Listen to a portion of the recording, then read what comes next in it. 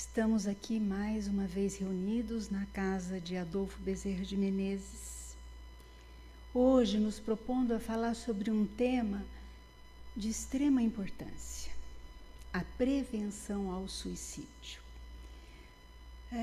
Setembro, desde 2015, no Brasil, o mês de setembro é reservado à prevenção do suicídio. Setembro, porque dia 10 de setembro, mundialmente, é dedicado a essa data, a essa causa, né, da prevenção ao suicídio. É um tema de extrema importância. Nós estamos vivendo mundialmente uma situação que a gente pode considerar como se fosse de uma epidemia de suicídio. Nós nunca tivemos tantos jovens com tentativas e que conseguiram se suicidar. Crianças, nós temos notícias agora de suicídios em crianças. E tem aumentado muito o suicídio em idosos. Então, o que acontece que vai levando as pessoas a entenderem que acabar com a sua vida, eles vão solucionar esse problema dessa dor tão intensa que eles trazem dentro deles? O que acontece? O suicídio hoje já é a segunda maior causa de morte entre jovens de 15 a 19 anos. A segunda maior causa de morte. Contando com todas as outras, ela é a segunda. Então, o que nós precisamos tentar levantar com vocês hoje? Quais são as causas que levam, na atualidade, tantas pessoas à ideação suicida e tantas pessoas à tentativa e, vamos dizer assim, o sucesso, né, nesse intento? Primeira causa que a gente poderia levantar são as causas dos transtornos mentais. Então, existem pessoas que já reencarnam com problemas sérios de depressão, problemas sérios de um transtorno que a gente chama de bipolaridade, com a esquizofrenia. As pessoas já nascem assim. Nascem assim e nós sabemos tudo o que vivenciamos vai ficando gravado em nosso perispírito. E essas marcas perispirituais do que nós vivenciamos a nível de emoções, a nível de sensações, a nível de atitudes, elas vão ficando registradas a nosso nível químico, nosso nível cerebral, a nível de anatomia, a nível de funcionamento fisiológico. Então, quando você, dentro de uma escala evolutiva, em vários processos reencarnatórios, vamos dizer assim, né? Você não investiu no bom ânimo, você não investiu na proação, você não investiu em comportamentos equilibrados, comportamentos que, vamos dizer assim, te encaminhassem à meta cristã de amor a Deus, ao próximo e a nós mesmos, nós vamos deixando marcas que vão se transformando, que vão, vamos dizer assim, aparecendo nas futuras encarnações como patologias. Então, ok, existem pessoas que nascem assim, como uma carga de situações anteriores. Em relação a isso, não tem muito o que se fazer. Em relação a isso, eu não posso mudar, eu não posso fazer uma pessoa que é depressiva deixar de ser depressiva. Uma pessoa que é esquizofrênica deixar de ser esquizofrênica. Eu posso tratar para melhorar em muitos sintomas, tá? Mas eu não posso alterar essa realidade. Uma outra situação que pode levar à ideação suicida e à tentativa do suicídio são questões da personalidade. Existem pessoas que têm uma personalidade excessivamente impulsiva e agressiva. Então, são pessoas que, entre o estímulo do pensamento, quando aparece o pensamento e a ação, são milésimos e milésimos de segundo. São pessoas, nós temos uma função psíquica que se chama a função da impulsividade. O que é impulsividade? Impulsividade é a energia que nós impregnamos na nossa ação. A impulsividade, ela tem que ter um nível de normalidade para que eu possa ser estimulado, pensar, estabelecer um projeto de ação e agir. Então, Esse tempo que existe entre o estímulo e a ação, ele pode ser extremamente rápido ou ele pode ser demorado. Quando é muito demorado, é uma patologia, né? Aquela pessoa lenta, né? Que pensa, ixi, até fazer vai chão, né? Da mesma forma que existem pessoas extremamente impulsivas, né? É aquela pessoa que fala assim, ixi, já foi, né? Depois que foi é que eu pensei. Pessoas com esse tipo de perfil, com esse tipo de personalidade, com esse tipo de impulsividade excessiva imprimida à sua forma de agir, elas correm um risco mais acentuado em relação ao suicídio. Porque, assim, em várias situações, às vezes passam pensamentos na nossa cabeça, não é? Nossa, será que está valendo a pena isso? São situações que ocorrem constantemente em algumas situações que a gente está vivenciando. Agora, você imagina esse tipo de pensamento em alguém extremamente impulsivo, né? Pensou e muitas vezes já foi para a prática, já foi para a ação. Então, a personalidade impulsiva e agressiva também é uma das causas à questão do suicídio. Uma outra causa, e essa questão da impulsividade eu também não posso alterar, porque o nível de impulsividade de um ser humano também está relacionado a todas as questões das vivências anteriores, ok? Eu posso tratar. Existem medicações, existem técnicas de relaxamento, existem técnicas de controle mental, né? De estratégias para ação que eu posso controlar, mas eu não posso mudar isso. Uma outra questão que leva à ideação suicida é o uso do álcool e o uso de algumas drogas. Por quê? Porque quando uma pessoa se alcooliza ou se droga, o nível de consciência dela se altera. Quando o nível de consciência se altera, ela fica inconsequente. Então, uma pessoa inconsequente, ela faz sem pensar. Agora, você imagina uma pessoa alcoolizada que tem um nível acentuado, por exemplo, de impulsividade, né?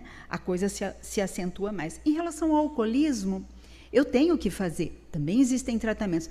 Mas eu não posso fazer o outro acreditar ou convencer o outro que ele precisa de um tratamento. São coisas que eu também não tenho como pôr a mão. Eu não tenho como alterar muito isso, ok? Bom, existem fatores externos, questões culturais. Existem culturas onde o suicídio, até há pouco tempo atrás, era considerado uma questão de honra, não é? Os samurais, eles tinham essa cultura, não é? Era uma honra a pessoa se suicidar em algumas situações. Não existia a conotação que existe, por exemplo, na nossa cultura. Situações socioeconômicas, né, de extremas dificuldades, de extrema pobreza, de desalento. Pessoas relacionadas extremamente, que têm uma cultura muito forte relacionada ao materialismo, que entendem que só as questões físicas, materiais, precisam ser levadas em consideração, né? E fatores externos estressantes, por exemplo, situações que tragam uma vivência muito forte a nível afetivo. A perda de um ente muito querido, que muitas vezes era o nosso ponto de apoio, nosso ponto de referência, a perda de um emprego, a situação de você perder uma parceira ou um parceiro, situações que acontecem, que trazem um cunho afetivo extremamente pesado, também são fatores externos que muitas vezes eu não consigo controlar. Tá? Mas eu só pontuei essas questões para vocês porque o que importa hoje aqui é a gente discutir as questões que eu posso controlar. Quais são as questões que eu, dentro de um contexto familiar, como pai, como mãe, como parceira, como parceiro de alguém, posso controlar para evitar a formação de ideações suicidas, de tentativas de suicídio ou da prática do suicídio dentro de um contexto familiar. São coisas extremamente sutis, mas extremamente importantes, porque tem um caráter de profilaxia muito grande. A primeira delas é a questão da frustração. A primeira delas é a questão dos limites na educação dos filhos, dos limites na nossa própria vida. Então, o primeiro questionamento é assim: como você adulto, que é chefe de uma família, lida com os limites. Você suporta a frustração? Você tem a noção de que em muitas situações você tem sim que esperar? Que em muitas situações as coisas sim não vão acontecer como você gostaria que acontecesse? Você tem um limiar à frustração adequado? Essa é a primeira questão. Por que é a primeira questão? Porque quase sempre quando o adulto que cuida de um contexto familiar não vivencia isso, ele vai ter mais dificuldades de colocar isso em prática. São dois extremos. São adultos que já não tiveram limites e que têm essa sensação do prazer acima de tudo, tá? E que muitas vezes vão com essa referência para a educação com os filhos, ou muitas vezes adultos que tiveram uma educação excessivamente repressiva e que partem do princípio que com os filhos tem que ser tudo diferente. Agora, olha a importância disso. Queridos, quando a gente nasce com uma referência do absoluto. O bebezinho ele é absoluto e ele não tem um limiar à frustração zero, mínimo. Por quê? Porque ele não tem psiquismo para elaborar a dor. Ele ainda não tem identidade, ele não se reconhece como eu sou fulano de tal, filho de fulano, de cicrano, acabei de nascer, uau, eu existo. Não. Essa sensação da identidade, ela vai se compondo durante os anos de desenvolvimento da criança. Então, vocês imaginem esse serzinho com psiquismo extremamente prematuro, lidar com a frustração de ter fome e não ser atendido quase que imediatamente, de ter dor e de não ser acudido quase que imediatamente. Então, esse ser nasce assim, com limiar zero à frustração, sendo regido por um princípio que a gente chama do princípio do prazer. A criança quer o prazer, não é? Ela está com fome, ela quer sentir o prazer da comida, ela quer sentir o prazer do acalento, ela quer sentir o prazer da higienização. Ela vive regida pelo princípio do prazer. É natural, tá? E é muito importante que até o 3º mês de vida, pai e mãe não se preocupem com isso. Alimente a hora que for preciso, ponha a dormir a hora que for preciso, higienize a hora que for preciso, deixe de fazer as suas coisas para atender essa criança, por conta da falta de condição fisiológica, psíquica, de lidar com a frustração neste primeiro momento. Acontece que, no contraponto, na vida do adulto, não somos absolutos, nós somos relativos, deveríamos ser, né? Tá? Para poder conviver em sociedade. Aqui o bebezinho absoluto, eu quero comer, se não dá comida, ele bota a boca no trombone. Ele não está com sono, ele não dorme. Pode ser metade da madrugada, pode ser... Ele não dorme, ele é absoluto. É de se esperar que na vida adulta nós já tenhamos desenvolvido a condição de sermos relativos. Eu quero, eu preciso, mas você pode me dar? É necessário? É possível isso que eu estou querendo agora? Então, o adulto, para que ele se encaixe às demandas da sociedade, às demandas desse convívio social, dentro da família de uma maneira geral, é importante que ele tenha adquirido a condição de ser relativo. É importante que ele norteie o seu comportamento pelo princípio da realidade, não mais o princípio do prazer. Não é negar o prazer, mas você precisa tentar inserir as suas necessidades, as suas demandas prazerosas dentro da realidade que você está vivenciando, ok? E é muito importante que este adulto tenha um limiar amplo à frustração. Nós vivemos em um planeta de provas e expiações. Nós não estamos aqui de férias. Todos nós, tirando alguns espíritos, que eu não me enquadro neles, não sei se vocês se enquadram, né? Tirando os espíritos missionários, os espíritos de luz, que vêm, que reencarnam com a missão de nos auxiliar, todos nós temos provas a expiar. Temos débitos e vamos fatalmente passar por dificuldades. Uns, dificuldades afetivas, outros, dificuldades profissionais, outros, dificuldades de saúde, outros, dificuldades com filhos, com marido, com pai, com mãe, dificuldades sociais, dificuldades. Alguns com muitas, outros com menos, mas vamos passar por dificuldades. Como lidar com essas dificuldades no mundo adulto se nós não fomos capazes de desenvolver a capacidade de ampliar a nossa possibilidade de frustração? Complicado. Então, boa parte dos pais tem muita dificuldade em falar não para a filhinha bonitinha, né? Eu me lembro de uma cena há umas semanas atrás, né? Subindo a escada, assim, a minha netinha estava dormindo em casa, e subindo a escada nós temos um quadro, uma pintura de Jesus, e tem uma foto minha e do meu marido com 2 coraçõezinhos de pedra embaixo, né? E eu nunca deixo ela pegar aquela pedra, porque são pedras que pode quebrar, né? Aí um dia nós estávamos todos ali embaixo, estava quase na hora dela, ela pegou, eu só que põe mais limite, né? Pegou na mão do vô, pegou na mão da mãe, vem cá, vamos subir a escada. Chegou lá em cima, quero o coração. O vô, não, a vovó, não, pede para a vovó. Aí, vovó! Aí eu pus a cara assim lá embaixo, ela fez assim, vovó, por favor, vovó, me dá o coração para dormir, por favor. Então, como é difícil, os 3 caíram na risada, né? Como é difícil. Aí entramos na negociação, né? Tá bom, peraí, ó, põe na mão, na cama, a hora que você acordar, você devolve, tá bom. Tá entendendo? Então, assim, como é complicado você falar um não para uma criança. Muito difícil. Só que o que é importante você, pai, você, mãe, entenderem?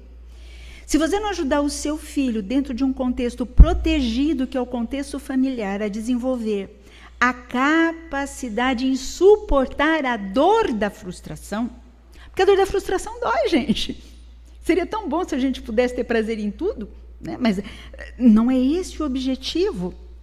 Então, quando um pai e uma mãe não têm essa habilidade na criança, é assim que ele vai entrar na adolescência. Aí como é que vai ser quando essa menininha tão bonitinha que hoje fala, por favor, para a vovó, e a vovó faz?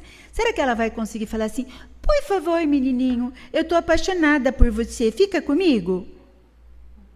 Às vezes o menininho não vai querer ficar com ela. Ou a menininha não vai querer ficar com o menininho. E aí? Como que este adolescente vai lidar com a dor da frustração de não conseguir o que ele quis?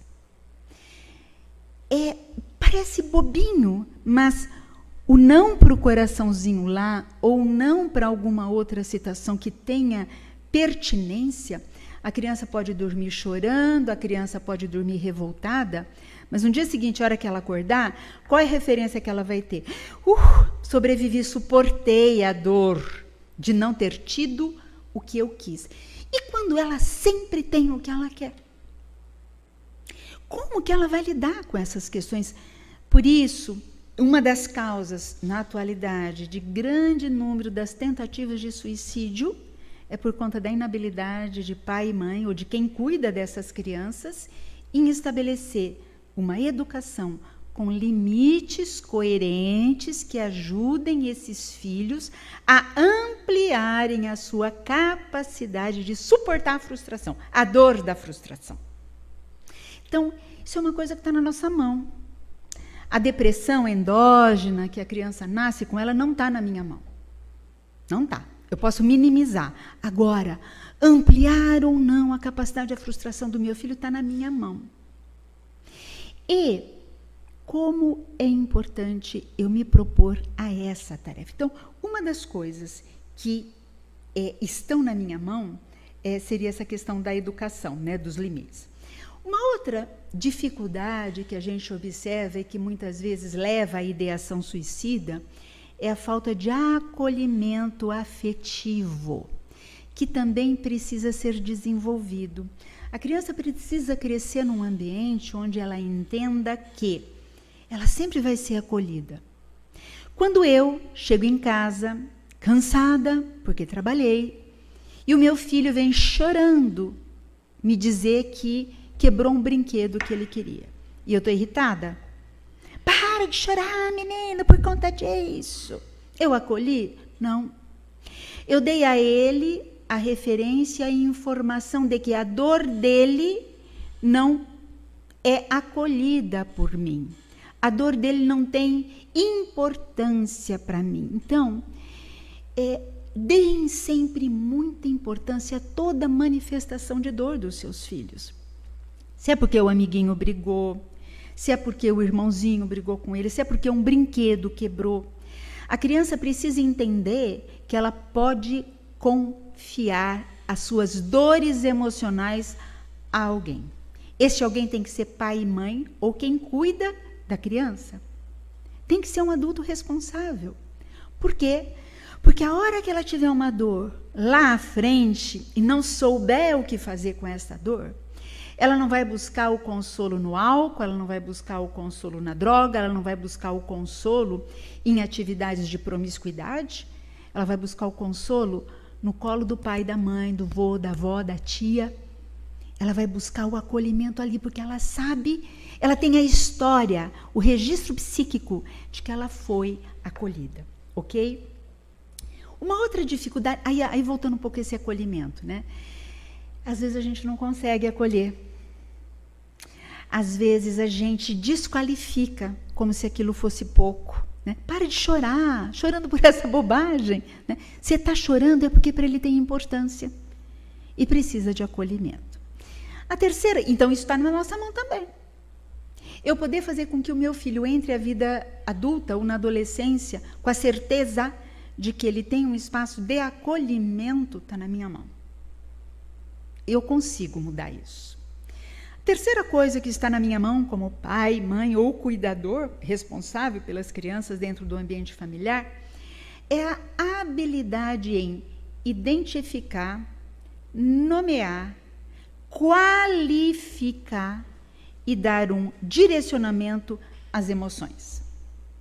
Tarefa dificílima, sabe por quê? Porque a gente não consegue fazer nem isso com a gente. Vocês são capazes de dar nome a quase todas as emoções e sentimentos que vocês sentem? Normalmente, quando algo nos incomoda, a gente compra barato, a gente fica no raso. Ai, estou incomodada, né? Fiquei brava com tal situação. Raramente, peraí, incomodou por quê? Fiquei brava por quê? Essa atitude de instigar o questionamento em relação ao que você sente é de extrema importância. Por quê? Você precisa desenvolver isso com você para você poder ajudar o teu filho a fazer isso também. O dia que eu consegui, tal pessoa me irritou porque ela me humilhou. Ok, peguei, humilhação. Fiquei brava com tal pessoa, por quê? Porque eu fiquei invejada. Peguei, é uma inveja. Peguei, é um ódio, me fez sentir pouco, uma sensação de menos-valia. Então, como dar um encaminhamento aos sentimentos sentidos como ruins, que nos frustram, sem dar nome a eles? Porque sentimentos bons, gente, não geram frustração. Tem alguém que é capaz de dizer assim, eu estou muito frustrado porque eu estou muito feliz. E não dá, né? Se eu estou feliz, eu não estou frustrada. Agora, eu estou frustrada porque eu estou triste, eu estou frustrada porque eu estou magoada, eu estou frustrada porque eu tenho inveja, eu estou frustrada. Por quê? Porque é um sentimento muito ruim. Agora, como eu vou me livrar disso? Como que eu vou me livrar desse sentimento ruim? Gente, os sentimentos ruins, quando eles são avivados dentro da gente, eles deixam uma teia de tóxico afetivo, é um lixo que fica dentro da gente. E esse lixo não sai sozinho. Eu preciso ter a habilidade em tirar. Como tirar se eu não sei o que é? Primeiro eu preciso saber o que é. Então, se preocupem em dar nome a tudo que os frustra, a tudo que os incomoda em relação a sentimentos e emoções e até sensações. Por quê? Porque você, pai, mãe, vovó, tio, tem o dever de ajudar a criança a nomear, de ajudar a criança a entender o que a incomoda. Então, primeiro a identificação. Filhinho, você está triste porque chegou da escola chorando, porque queria brincar com um amiguinho, mas o amiguinho saiu correndo com outro amiguinho. Você está triste, chorando, por quê? Eu não posso falar, para, que bobeira, ele não quis brincar com você, por que você não vai brincar com outro? Pronto, desqualifiquei. Não acolhi, não nomeei e desqualifiquei. Um horror, né? Quando eu posso dizer assim, chora, chora sim, você está triste, vem aqui, vem no colo da mãe, pode chorar. Passou, chorou? Vamos lá, o que aconteceu? Ele vai te contar. Você ficou triste, né? Você ficou triste porque você sentiu que o seu amiguinho escolheu o outro, ao invés de escolher você. Sabe como chama isso, filho? Ciúme. Sabe como chama isso, filho? Você se sentiu menos que o outro amiguinho. Você achou que você tinha menos valor que ele. Porque o amiguinho que você queria brincar, escolheu ele a você. Pronto, você deu nome. Você acolheu, identificou dando um nome. Aí você qualificou, né? Olha, isso não é... O que é o qualificar? Olha, não é bom sentir isso. Não incomodou? Ok, vamos dar um encaminhamento? Vamos combinar o que você vai conversar com ele amanhã? Calma que isso dá para resolver. E ajudar essa criança a elaborar uma estratégia para poder tirar limpo isso. O tirar limpo não é ir brigar, né? Mas tirar limpo, poder conversar. Poder dizer para o amiguinho o quanto ele ficou triste com aquela situação. Então, quem de nós consegue identificar, nomear, qualificar e dar um encaminhamento aos próprios sentimentos? Quem dirá aos dos nossos filhos? Então, isso eu também posso controlar. Isso eu também posso controlar. Uma outra dificuldade é a dificuldade do contexto familiar que não tem uma orientação religiosa e que norteia as suas regras no materialismo. Aquele pai que é o exemplo para a criança, trabalha para comprar isso, aquilo, outro, mas não tem tempo para fazer isso que a gente estava falando, de olhar para a dor da criança, de acolher e de qualificar. Eu passo a impressão para a criança que ter é mais importante do que ser. E não, vamos dizer assim, a educo. A situação anterior é uma educação afetiva, é alfabetizar afetivamente o seu filho. E essa situação é alfabetizar religiosamente, trazer para ele os conceitos do Cristo, do amor universal, do que de verdade tem valor, que são as virtudes. Então, lares que não têm essa orientação também são lares que propiciam, em algumas situações, a formação de pensamentos e de ações suicidas. Bom, se eu entendo que e eu acho que alguns de vocês vão se identificar com isso, né? Porque eu me identifico com várias coisas que eu falei a vocês, tá? Que eu não fiz isso, que eu não tive habilidade em fazer isso. Tá bom, então eu tenho filhos, talvez adolescentes, jovens adultos, que eu convivo com eles, e que talvez tenham potencialidade para, em algum momento na vida, formularem ideações suicidas.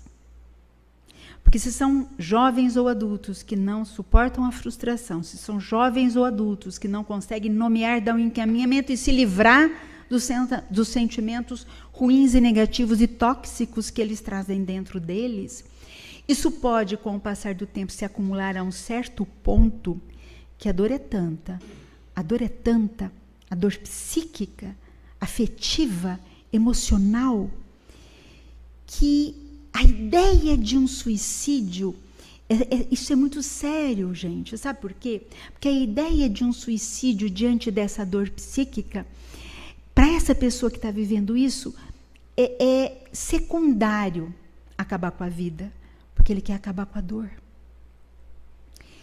Quem tem ideação suicida ou quem tenta o suicídio não quer acabar com a sua vida, quer matar a dor. E como ele não tem quem o acolha, como ele não tem instrumentos de entender o que ele pode fazer com aquela dor, o único caminho seria esse, dentro dessa perspectiva que a gente está levantando. Então, por isso que é muito sério. Por isso nós estamos tendo essa epidemia de tentativas de suicídio e de suicídios. Nós nunca tivemos tanto suicídio em idades tão tenras, crianças pequenas tentando suicídio. E aí nós, que temos a visão espírita, sabemos o quanto a espiritualidade, né? Vamos dizer assim, os nossos amigos em desalinho também se utilizam dessas situações para os seus intentos. Então, se eu entendo que alguém corre esse risco? O que eu preciso fazer? Agora eu preciso tentar retomar um pouco isso, correr atrás do prejuízo, porque ainda dá tempo em algumas questões, e estar atento aos sinais. Primeira coisa, seu filho, pequeno, adolescente, ou o seu parceiro, a sua parceira, né? Qualquer pessoa do seu contexto familiar, mudou bruscamente de humor. Era uma pessoa um pouco mais animada, alegre, com pensamentos mais positivos, mas está tão pessimista. Eu percebo, em relação a uma notícia, pessimismo, outra, pessimismo. Sinal de alerta. Isso é um sinal de desalento. É um sinal de que essa pessoa talvez não esteja mais acreditando em quase nada. Então, primeiro, sinal de alerta. Segundo, desânimo diante de situações que antes o animavam. Gostava do futebol, mas não está querendo mais ir. Gostava de ficar... Coisas que gostava de fazer e que, não quero mais. A negativa nas trocas sociais. Os amigos chamam, a gente chama para ir para tal situação, não quer ficar só em casa.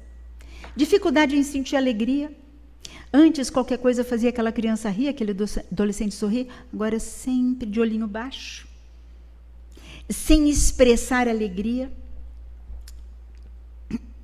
Problematizações excessivas. Tudo é um problema, tudo é um problema. Não conseguem encontrar mais solução para as coisas, né? E começam a ficar muito ansiosos por conta dessas questões. Se isolam dentro de casa. E muitas vezes, para os adolescentes, começam a se vestir de forma diferente. Blusa de manga comprida, cobrindo partes do corpo que antigamente não se cobria. Atenção a isso, não são só manias. Mania. Não. Às vezes eles estão tentando ocultar atitudes de automutilação. Por quê? É uma prática que, quando a gente para pensar, você pensa assim, né? Gente, mas como? Como que, né? Essa pessoa acha interessante ficar se cortando? É o mesmo raciocínio. A dor interna é tão grande. O relato dos jovens que se mutilam é muito forte. Porque qual que é o relato deles? Eu preciso sentir dor para ver se a dor passa. Olha como isso é triste, é sério. É muito sério. Por quê? Isso vai resvalar, tá bom, então eu preciso me matar para matar a dor. Então, muita atenção a essas questões que a gente falou. E o que é extremamente importante? Identificando essas questões, tentem acolher, tentem fazer o caminho inverso, tentem acolher sem criticar. Se viu as marcas, vem cá, minha filha. O que está doendo tanto que você está preferindo sentir uma dor tão forte? Qual é essa dor? Fala para mim. Abram espaço para o acolhimento dessa dor. Se observarem que em algumas situações existem as dificuldades de lidar com os limites, comecem a impor limites de forma branda, tranquila, serena, mas usando a racionalidade. Certo é certo, errado é errado. Pode, pode, não pode, não pode. Porque nós pais, se nós pais entendermos que isto é importante, nós estaremos evitando essas ideações suicidas. E, acima de tudo, nós vamos estar preparando os nossos filhos para os compromissos reencarnatórios que eles assumiram. Porque quando eu tenho meu filhinho no meu regaço, eu não sei o que vai acontecer com ele. Eu não sei. Talvez sejam provas muito sérias. Talvez sejam provas amenas. Qual que é o meu dever? Instrumentalizar esse ser. Então, eu preciso instrumentalizar, fazendo com que ele cresça, com a certeza de que ele é capaz de suportar a dor. De que existem caminhos para solucionar essa dor. E eu preciso auxiliá-lo a se evangelizar. Eu preciso dar a ele o alento do amor de Cristo, que a todos envolve e aquece. Então, queridos, esta é a mensagem da noite de hoje.